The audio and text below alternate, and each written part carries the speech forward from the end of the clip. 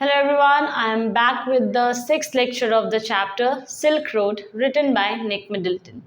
Students, in the previous lecture we have already discussed about Lake Mansarovar and a city which is situated beside it named Hor. Students हमने previous lecture में discuss किया lake Mansarovar के बारे में और उसके बगल में एक शहर बसा हुआ है जिसका नाम है होर.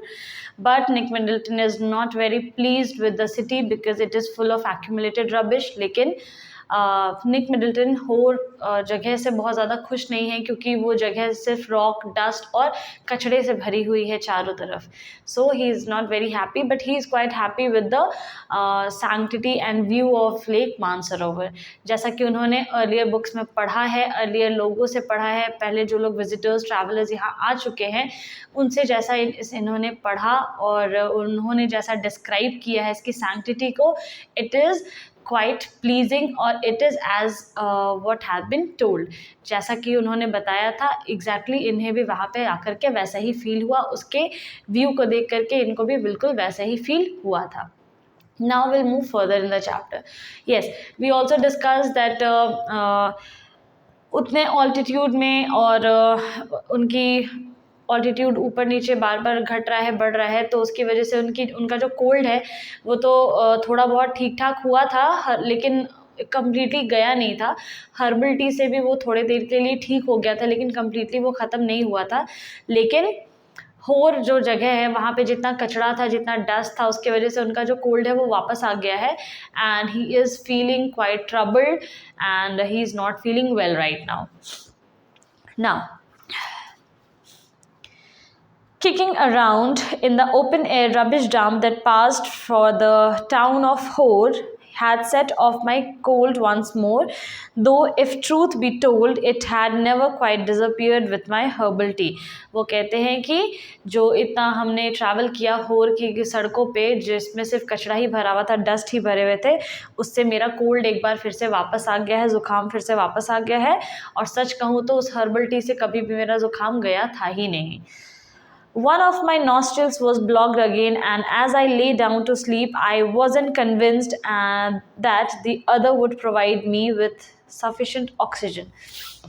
अब जब ये सो रहे हैं तो उनका एक नॉस्ट्रल सर्दी की वजह से, ज़ुकाम की वजह से पूरी तरीके से ब्लॉक हो जा रहा है और जब दूसरे से वो सांस ले रहे हैं तो इन्हें सेटिस्फैक्शन नहीं हो रहा है, इन्हें ऐसा नहीं फील हो रहा है कि उनको सफिशेंट एयर मिल रहा है. एक तो ऑल्टीट्यूड हाई है, दूसरी चीज़ की ऑलरेडी जब थोड़ा ज़ुकाम होता है, नाक बंद हो जाती है तो बहुत सफोकेशन फील होता है, सफिशेंट एयर नहीं जाती है लंग्स में तो हम लोग मुंह से सांस लेने लगते हैं ज़ोर ज़ोर से, तो काफ़ी इरिटेटिंग होता है वो, बहुत ही अपने आप में बहुत ज़्यादा अजीब सा फील होने लगता है, अच्छा नहीं लगता है. तो इनको भी एग्जैक्टली वैसे ही फील हो रहा है और इनको लग रहा है कि इनके एक नॉस्ट्रल, सिंगल नॉस्ट्रल से इन्हें सफिशेंट एयर अंदर लंग्स में नहीं जा रही है.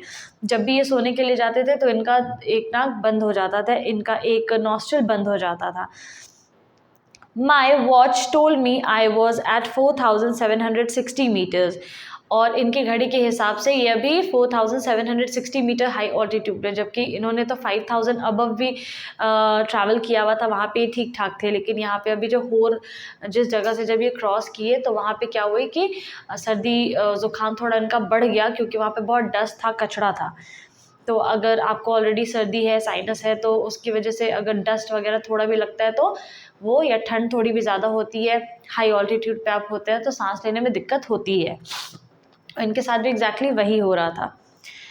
I wasn't much higher than रावू sorry it wasn't much higher than रावू. मैंने बताया ना कि रावू तो और भी ऊंचे में था और अभी तो फ़िलहाल ये लोग पास से नीचे उतर रहे थे, जहाँ पे पास में गए थे, वो पास जहाँ मिला था जहाँ पे उनको रॉक का केव मिलता है जहाँ पूजा हो रही थी ट्रेडिशनल, तो वहाँ पे तो ये लोग तो डाउनवर्ड्स आने लगे थे. तो अब डाउनवर्ड्स आते आते ये लोग 4,760 पे आ गए हैं ऑल्टीट्यूड पे, जहाँ पे क्या हो रहा है कि ऑल्टीट्यूड कम है लेकिन गंदगी, डस्ट की वजह से, भले ही ये कम ऑल्टीट्यूड पे, कम हाइट पे है रावू से, लेकिन सांस लेने में इन्हें यहाँ पे ज़्यादा तकलीफ हो रही है. And there I had been gasping for oxygen several times every night.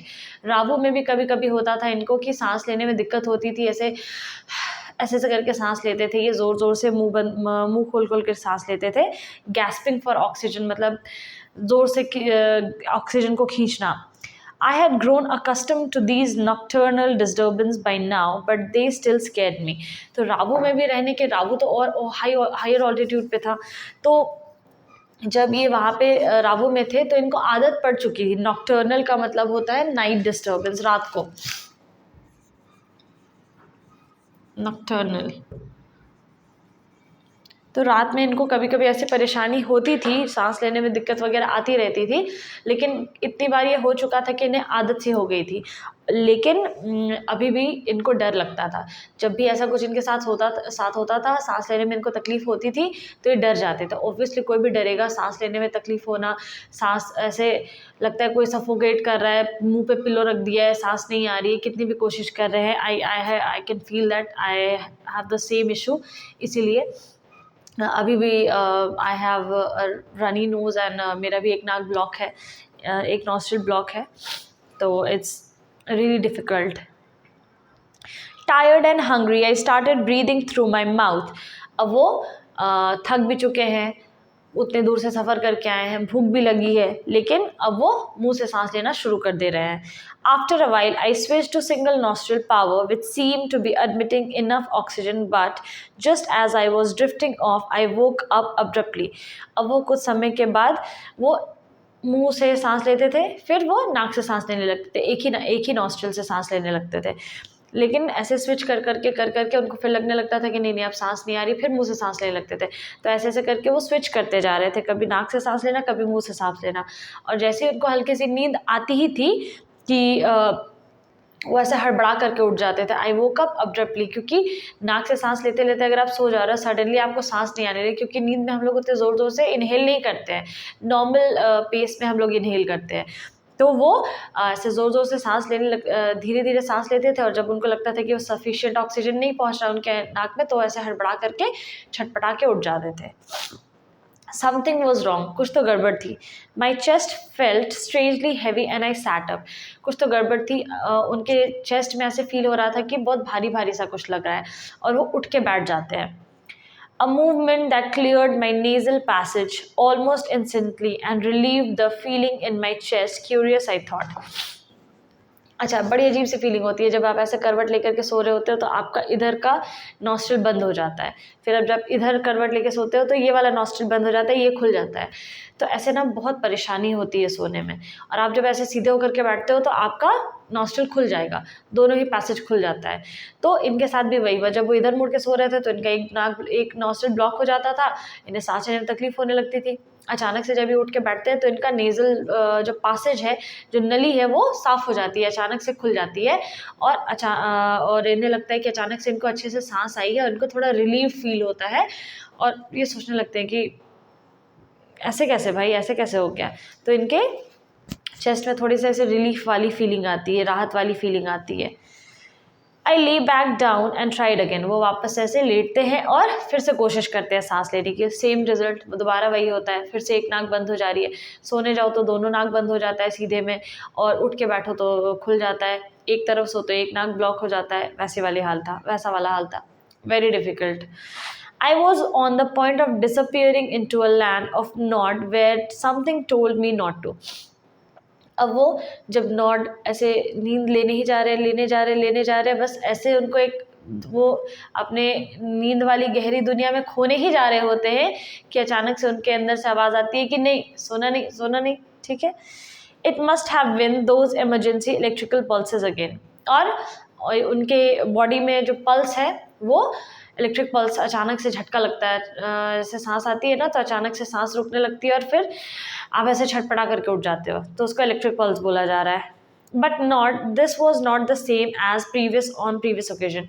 इनके साथ ये पहले भी हो चुका है, लेकिन ये वाला जैसा था ना, ये वाला थोड़ा अलग एक्सपीरियंस हो रहा था. ये प्रीवियस पहले जैसा नहीं था, इस बार थोड़ा ज़्यादा हो रहा है, और ज़्यादा ही इनको अकबकाहट हो रही है, बेचैनी ज़्यादा फील हो रही है इनको. तो इस बार इनके साथ सेम कुछ नहीं हो रहा था. This time I wasn't gasping for breath. I was simply not allowed to go to sleep. इस बार वो सिर्फ ऐसा नहीं था कि सांस नहीं ले पा रहे थे, सांस तो नहीं जा रही थी और तो और ये सो भी नहीं पा रहे थे, तो इनकी बेचैनी अकबकाहट और बढ़ जाती थी। एक होता है ना कि बड़े लोग कहते हैं कि सो जाओ सुबह तक सब ठीक हो जाएगा, मतलब व्हेन यू आर सिक आपको एक प्रॉपर नींद चाहिए। अगर आप सो जाते हो, आपका बॉडी प्रॉपर रेस्ट कर लेता है ना, तो आपकी तबीयत आधा ऐसे ही ठीक हो जाती है। और अभी क्या हो रहा था कि जनरली तबीयत ख़राब में तो नींद ही नहीं आती है, तो इंसान और बीमार फील करता है। लेकिन अगर आप सो जाते हो एक अच्छी खासी एक स्ट्रेच वाला नींद ले लेते हो 6 से 8 घंटे का, तो आपकी तबीयत आपको थोड़ा अच्छा फील होने लगता है। यहाँ इनके साथ हो रहा था कि सांस नहीं आ रही थी, वो तो एक प्रॉब्लम था ही, और इन्हें नींद भी नहीं आ रही थी। तो नींद नहीं आने की वजह से इनको और ज़्यादा बेचैनी अकबकाहट हो रहा था, तो उसकी वजह से इनको ऐसे सफोकेटिंग फील हो रहा था। इनको फील हो रहा था कि नहीं, मेरे साथ पक्का कोई गड़बड़ वाली चीज़ हुई है, ऐसे नहीं हो सकता है। ठीक है, ऐसे कैसे मैं सांस नहीं ले पा रहा हूँ, ये तो मेरे साथ पहले भी हुआ है, लेकिन इतना अजीब तो नहीं हुआ था। तो इनको लग रहा था कि कुछ गड़बड़ है, मैं सो क्यों नहीं पा रहा हूँ। Sitting up once more immediately made me feel better. उसके बाद वो फिर उठ के बैठ जाते हैं। उठ के बैठते हैं तो उनमें फिर से थोड़ी सी राहत महसूस होती है, थोड़ा अच्छा फील होता है। I could breathe freely and my chest felt fine. अब वो थोड़े से अच्छे से सांस ले पा रहे थे और उनके चेस्ट में भी हल्का हल्का अच्छा लग रहा था, उन्हें अच्छा महसूस हो रहा था। But as soon as I lay down, my sinuses filled and my chest was odd. और जैसे ही वो वापस से क्या करते हैं, लेटने जाते हैं, फिर से उनका साइनस भर जाता है, उनका नाक उनके जो दोनों नॉस्ट्रल्स हैं वो फिर से फिल हो जाते हैं, भर जाते हैं, बंद हो जाते हैं। उसके बाद फिर उनको सांस लेने में दिक्कत होने लगती है, चेस्ट में बेचैनी सी होने लगती है। I tried propping down, sorry, I tried propping myself upright against the wall. और वो सोचते हैं कि अब नहीं, अब मैं क्या करता हूँ कि ऐसे दीवार पे ही ऐसे टेक लगा करके सो करके, मतलब बैठे बैठे ही टेक लगा करके ऐसे लीन बैक होकर के ही सोने की कोशिश करता हूँ, लेटूंगा नहीं। लेटने से क्या होता है, बॉडी सीधी हो जाती है, तो नॉस्ट्रल पासेज जो है वो पूरी तरीके से यहाँ तक भर जा रहा है उनका, और उसकी वजह से सांस नहीं ले पा रहे। तो अभी ऐसे बैठे रहेंगे तो वो पैसेज जो है वो क्लियर रहेगा, नली जो है उनकी वो साफ रहेगी और वो सो पाएंगे। तो बैठे बैठे ही ऐसे झपने की कोशिश करते हैं। कहाँ गया, but now I couldn't manage to relax enough to drop off. लेकिन बैठे बैठे किसको ही नींद आती है, तो बैठ के सोने की कोशिश भी कर रहे हैं लेकिन उनको नींद नहीं आ रही है, बहुत कोशिश कर रहे हैं। जब तक प्रॉपर बेड बिस्तर, एक तो इंसान थका हुआ है, तो चेयर पे इंसान कितना ही सो पाएगा, दीवार पे टेक लगा के इंसान कितना ही सो पाएगा। जो सुकून बेड में सोने का है, आपके सामने बेड है फिर भी आप उस पर सो नहीं पा रहे हो, that is kind of annoying feeling, बहुत ही ज़्यादा अनोइंग है। चिड़चिड़, एक तो तबीयत ठीक नहीं लग रही है, ऊपर से नींद नहीं आती है, तो एक अजीब सा चिड़चिड़ाहट होता है। एग्जैक्टली इनके साथ वही हो रहा था। I couldn't put my finger on the reason, but I was afraid to go to sleep. इन्हें समझ में नहीं आ रहा था कि क्यों, लेकिन इन्हें डर लग रहा था, सोने से ही डर लग रहा था। जैसे ये सोने जाते थे इनके लगती थी सांस की बंद हो जाएगी, कोई इनको सफोकेट कर रहा है, कोई इनके मुंह पे पिलो रख दे रहा है कि सांस ही लेने में इनको दिक्कत होने लग रही है, तो ये सोने जाने से ही डर जा रहे हैं बार बार। ठीक है, इन्हें ऐसा लग रहा है कि मैं सोए रह जाऊँगा, कहीं सांस नहीं आई तो पता चला कि मैं निकल लिया, तो इसीलिए ये डर रहे हैं सोने से ही, इनको लेटने से ही डर लग रहा है। A little voice inside me was saying that if I did, I might never wake up again. मैंने बोला ना कि इनके अंदर एक आवाज़ थी जो इनको कह रही थी बार बार कि तुम सोना नहीं, तुम सोओगे, तुम जहाँ लेटोगे, तुम सोए, हो सकता है तुम कभी जागो ही ना। तो ये इतने अकबकाहट वाली फीलिंग थी। आप यू कैन नॉट इमेजिन, ये जैसा बोल रहे हैं, I can imagine the same, ऐसे ही होता है बिल्कुल। जब आप सोने जा रहे हो और आपको सांस नहीं आ रही है, सोचो कि ऐसा करके सांस लेना पूरे टाइम, ठीक है। जब आपका नॉस्ट्रल बंद हो जाता है, जब व्हेन यू हैव साइनस का इशू है आपको, तो फिर बहुत ज़्यादा प्रॉब्लम होती है। मुंह से आप कितनी ही देर सांस लोगे, एक टाइम के बाद आपका चेस्ट पेन होने लगता है, आपका स्टमक एक होने लगता है, और आपका चेस्ट ऐसा लगता है कि बहुत भर गया है, फिल हो गया है, ठीक है। और मुंह से भी बहुत अच्छे से सांस नहीं आती, आप कितनी भी कोशिश कर लो, आपको इतना इरिटेटिंग फील होगा कि आपका लग रहा है आपका लंग्स में ना आपके ऑक्सीजन जा ही नहीं रहा है। आप मुंह से सांस ले रहे हो, आप नाक से सांस ले रहे हो, आप कितनी भी कोशिश कर रहे हो, लेकिन आपका लंग्स लग रहा है आपके फट जाएगा, बर्स्ट हो जाएगा, और आपको अच्छे से सांस आ नहीं रही, आप कितनी भी कोशिश कर लो। तो ये feeling, this is really worst. तो मैं आपको बता नहीं सकती, ये जैसा बता रहे हैं, I have felt the same thing. और आप सोने से डरते हो क्योंकि आप सो गए, अभी मान लो कि आपका नाक खुला हुआ है, दोनों नॉस्ट्रल्स खुले, एटलीस्ट आप सांस तो ले पा रहे हो बैठे बैठे अच्छे से। This is the best feeling. और जैसे ही आप लेटने के लिए जाते हो, आपको लगता है कि आपके तकिया से किसी ने आपका मुंह बंद कर दिया है, कोई आपका दम घोट रहा है, क्योंकि आपको सांस ही नहीं आने लगती है, तो आप सोने जाने से डरने लगते हो। और ये जो इनके अंदर जो इनके आवाज़ आ रही है, एक तो ये अकेले हैं, नई जगह है, ठंड इतनी है, कोई देखभाल करने वाला नहीं है, तो इनको ये फीलिंग आ रही है इनके अंदर से कि अगर मैं सोया तो हो सकता है मैं कभी भी जागूं ही ना, तो नहीं, सोना नहीं है, इसीलिए सोना नहीं है, जागते रहो। So I stayed awake all night, और इसी वजह से ये सारी रात ही क्या करते हैं, जागे ही रह जाते हैं, ये सोते ही नहीं, कंप्लीटली नहीं सोते हैं। नाउ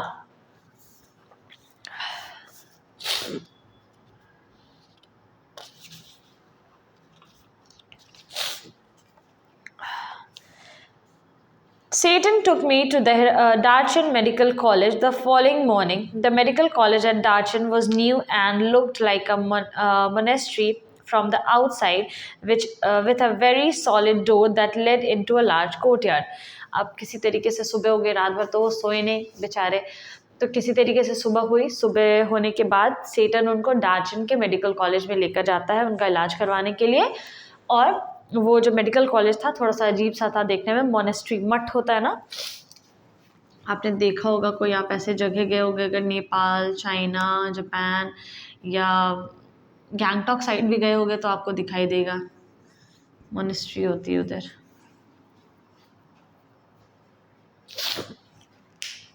मठ कहते हैं इसको, जहाँ पे पूजा होती है, ठीक है। तो दूर वो मेडिकल कॉलेज भी देखने में दूर से ऐसे मठ के जैसा दिखाई दे रहा था, और उसमें एक बड़ा सा दरवाज़ा था, बहुत सॉलिड सा बड़ा सा डोर, और जब उसको खोल करके अंदर जाते थे तो अंदर आंगन आता था, बड़ा सा कोर्टयार्ड आता था। We found the consulting room, which was dark and cold and occupied by a Tibetan doctor who wore none of the paraphernalia and I had been expecting. अब वो अंदर गए, जो मोनेस्ट्री था डार्चिन का, जो मेडिकल कॉलेज था, बिल्कुल नया, एकदम सुंदर सा मोनेस्ट्री जैसा लग रहा था मेडिकल कॉलेज।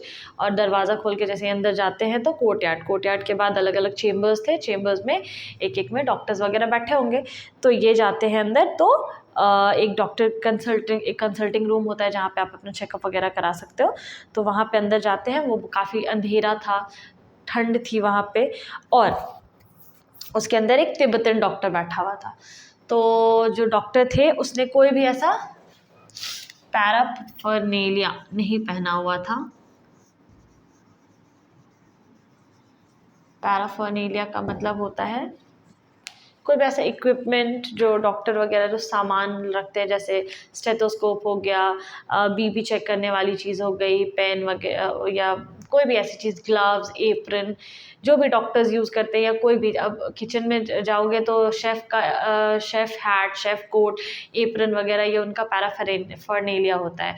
डॉक्टर्स का स्टेथोस्कोप हो गया, इंजेक्शन हो गया, बीपी का इक्विपमेंट हो गया जो उनके आसपास रखा होता है, उनका एप्रन हो गया, एट्सेट्रा एट्सेट्रा, ग्लव्स वगैरह, ये उनका पैराफर्नेलिया हो गया। मतलब जो भी सामान वो इस्तेमाल करते हैं अपने ऑक्यूपेशन, अपने काम को करने के लिए, तो दैट इज़ कॉल्ड पैराफर्नेलिया, ठीक है। इन हिंदी इट इज़ सामान। तो डॉक्टर नाम से ही आपके दिमाग में एक इमेज आ जाता है ना, वाइट एप्रन, गले में स्टेथोस्कोप, वैसे तो इस डॉक्टर ने वैसा कुछ भी नहीं करा हुआ था, तो जैसा कि उम्मीद कर रहे थे निक, वैसा वो बिल्कुल भी दिखाई नहीं दे रहा था। नो वाइट कोट, कोई वाइट कोट नहीं पहनी थी उसने। He looked like any other Tibetan with a thick pullover and a woolly hat. वो हर दूसरे तिब्बतन के जैसा ही दिखाई दे रहा था, जिसने एक मोटी सी कोट पहनी हुई थी और वुली हैट, उनका हैट पहना हुआ था। When I explained my sleepless symptoms and my sudden aversion to lying down, he shot me a few questions while feeling the veins in my wrist. जब उन्होंने अपने पूरी दास्तान सुनाई कि उनको कैसे कैसे रात में नींद नहीं आ रही है, नींद उड़ी हुई उनकी, स्लीपलेस सिम्टम्स यानी कि सांस लेने में प्रॉब्लम हो रही है, और रातें उनकी बिना सोए बीत रही हैं, एट्सेट्रा एट्सेट्रा, तो माई सडन अवर्जन टू लाइंग, और उनको जो कठिनाइयाँ, अवर्जन का मतलब होता है परेशानी, कि लेटते ही उनको कैसी कैसी दिक्कतें आने लगती हैं सांस लेने में, ये सारी चीज़ें वो बताते हैं। तो वो 3-4 क्वेश्चन पूछने लगते हैं उनसे वाइल चेकिंग हिज रेस्ट। अब उनका जो रिस्ट है, यानी कि कलाई, यहाँ पे पल्स चेक करते हैं ना, तो इसको चेक करते करते वो उससे सवाल कर रहे हैं, तो कैसा लग रहा है आपको, और कब से ये सब हो रहा है आपके साथ, तो आप गर्म पानी पीते हैं, सुबह ठंडा कुछ खाया था, etcetera etcetera. I am just kidding, doctors जैसे सवाल करते हैं, मैं वैसे आपको बस बता रही हूँ कि मे बी वो भी इसी तरीके के सवाल उनसे कर रहा होगा और वो ऐसे ही जवाब दे रहे थे। It's a cold he said finally through सेटन, और वो सेटन को अपने लैंग्वेज में, तिब्बतन लैंग्वेज में कहता है कि कोई खास बात नहीं है, बस ठंड लगी है, जुकाम है। A cold and the effects of altitude, ठंड है, जुकाम है, और वो इफेक्ट्स ऊंचाई पे आने की वजह से ये सारी चीज़ें उसी का असर है और कोई खास बात नहीं है। I will give you something for it, मैं तुमको दवाई दे देता हूँ इसके लिए और तुम ठीक हो जाओगे। I asked him if he thought I had recovered enough to be able to do the Kora, और वो उनसे पूछते हैं कि निक मिडल्टन अब वो आए ही वहाँ पे हैं इतने दूर से कोरा कंप्लीट करने के लिए, और उनके सिम्टम्स की वजह से, ऑल्टीट्यूड की परेशानी की वजह से हो सकता है कि उनको डॉक्टर मना कर दे कि नहीं आपके लिए उतना चलना ठीक नहीं है, आपके लिए जाना ठीक नहीं है, और ज़्यादा ठंड होगी एट्सेट्रा एट्सेट्रा, तो हो सकता है मना कर दे। तो इसीलिए वो पहले ही पूछ लेते हैं कि अब मैं कोरा कर पाऊँगा ना, मैं ठीक ठाक मतलब हो जाऊँगा ना, उससे कोई प्रॉब्लम तो नहीं, परेशानी तो नहीं है। तो वो कहते हैं कि हाँ हाँ बिल्कुल, oh yes, he said you will be fine, आप बिल्कुल बिल्कुल आप तब तक ठीक हो जाओगे, कोई तकलीफ वाली बात नहीं है, आप तब तक आराम से अपना कोरा कंप्लीट कर सकते हो। I walked out of the medical college clutching a brown envelope stuffed with 15 screws of paper. वो मेडिकल कॉलेज के बाहर आते हैं और जस्ट अ सेकेंड,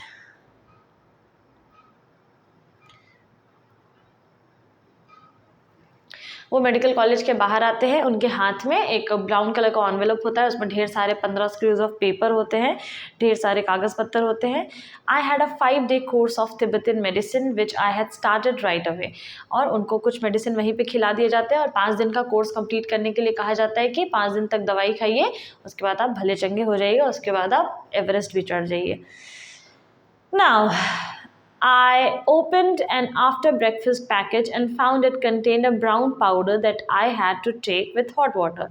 और वो एक कोई दवाई थी जो नाश्ते के बाद करनी थी उनको, तो वो वाला पैकेज को फाड़ते हैं और देखते हैं उसमें एक ब्राउन कलर का पाउडर है जो कि उनको गर्म पानी के साथ शायद पीना था। It tested just like cinnamon, और वो कैसा, उसका टेस्ट कैसा था, ब्राउन कलर का पाउडर था और उसका स्वाद बिल्कुल सिनेमन की तरह था। सिनेमन का मतलब दालचीनी।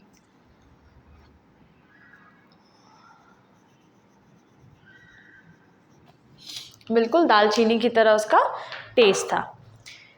The contents of the lunch time and bed time packages were less obviously identifiable, both contain small spherical brown pellets।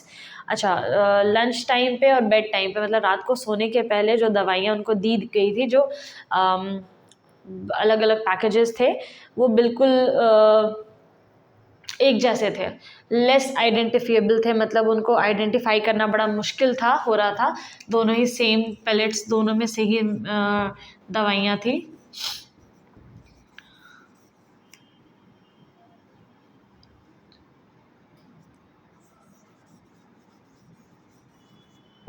Identifiable, तो दोनों में ही जो लंच टाइम वाली जो दवाई थी और बेड टाइम यानी रात को सोने से पहले जो दवाई थी, उसमें जो स्फेरिकल ब्राउन कलर की गोलियां थी वो बिल्कुल ही सेम नज़र आ रही थी। दोनों को आइडेंटिफाई करना बहुत मुश्किल था कि कौन सा रात वाला है कौन सा दिन वाला है, और ऐसे भी दवाइयाँ बहुत ही ज़्यादा अजीब सी चीज़ होती हैं।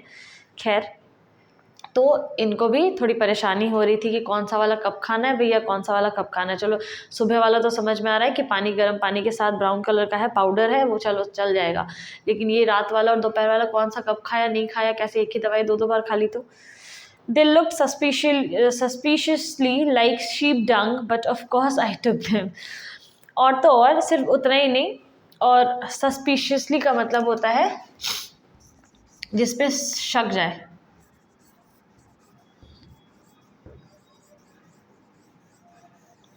ठीक है, शक्की, सस्पिशियस। तो हाँ, जो दवाइयाँ थी, जो ब्राउन कलर के जो पैलेट थे, वो कैसे दिखाई दे रहे थे, ऐसा लग रहा था कि भेड़ का जो डंग होता है, जैसे काउ डंग गोबर होता है, वैसे ही भेड़ का जो डंग होता है वो भेड़ की पॉटी के जैसा मैंने देखा नहीं है वो कैसा होता है। आई गेस वो जैसे बकरी की पोटी होती है ना, छोटी छोटी, वो टैबलेट के जैसी दिखाई देती है। आई थिंक कि भेड़ की भी वैसी ही दिखाई देती होगी, शीप की भी। तो वो जो दवाइयाँ थी वो बिल्कुल वैसी ही दिखाई दे रही थी, लेकिन इनको कुछ करना नहीं था उसका, ये ज़्यादा सोच नहीं सकते थे, बुद्धि लगा नहीं सकते थे। दवाई है तो भैया खानी है, तो ये चुपचाप से, इनको डाउट तो ज़रूर होता है, थोड़ा सा शक जाता है इनका, लेकिन ये फिर भी उसको खा लेते हैं। That night, after my first full day's course, I slept very soundly like a log, not like a dead man. और उसके बाद पूरा दिन, पूरी रात जब बीत जाती है, पूरा दिन तो खैर उनका, जिससे जो पहली रात थी वो तो उनकी तबाह थी। वो सो नहीं पाए बिल्कुल भी, बिल्कुल एकदम ट्रबल्ड नाइट था, ना सांस आ रही थी, नाक बंद था, एट्सेट्रा एट्सेट्रा, पूरी रात जागे रहे। और आज अगले दिन जब मेडिकल कॉलेज गए, मेडिकल कॉलेज से दवाइयाँ ली, पूरे दिन का कोर्स कंप्लीट किया, सुबह का, दोपहर का, रात का। उसके बाद अब जा कर के कहीं इनको थोड़ी सी राहत आ रही है और ये आराम से रसोते हैं, पूरा बिल्कुल एक स्लेप्ट लाइक अ लॉग मतलब लकड़ी का टुकड़ा होता है, जैसे एक बड़ा सा लकड़ी का टुकड़ा पड़ा होता है ना, ऐसे वैसे ही ये भी बिल्कुल लॉग की तरह सोए, एक लकड़ी के टुकड़े की तरह सोए, डेड मैन की तरह नहीं, खुद ही कह रहे हैं कि like a log not like a dead man, मतलब मैं मरे हुए आदमी के जैसा नहीं सोया, ठीक है, लाश की तरह नहीं सोया मैं बिल्कुल एक लकड़ी के टुकड़े की तरह सोया। मतलब इन्हें काफ़ी अच्छी नींद आई। I slept very soundly, soundly का मतलब आवाज़ नहीं है, मतलब बहुत अच्छे से, प्रॉपरली, विथ प्रॉपर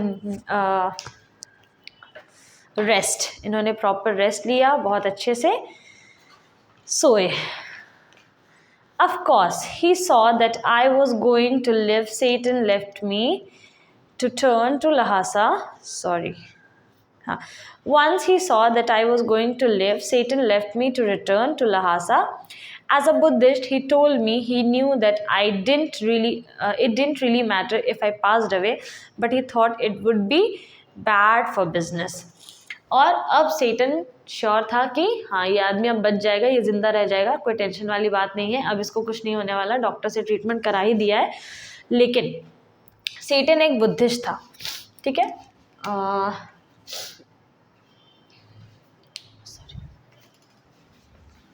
सेटन एक बुद्धिस्ट था, तो बुद्धिस्ट होने के नाते वहाँ के लोगों का कहना है कि सब जगह की अपनी अपनी मान्यता होती है, थोड़ी स्पिरिचुअल एनर्जी होती है, ठीक है। तो बुद्धिस्ट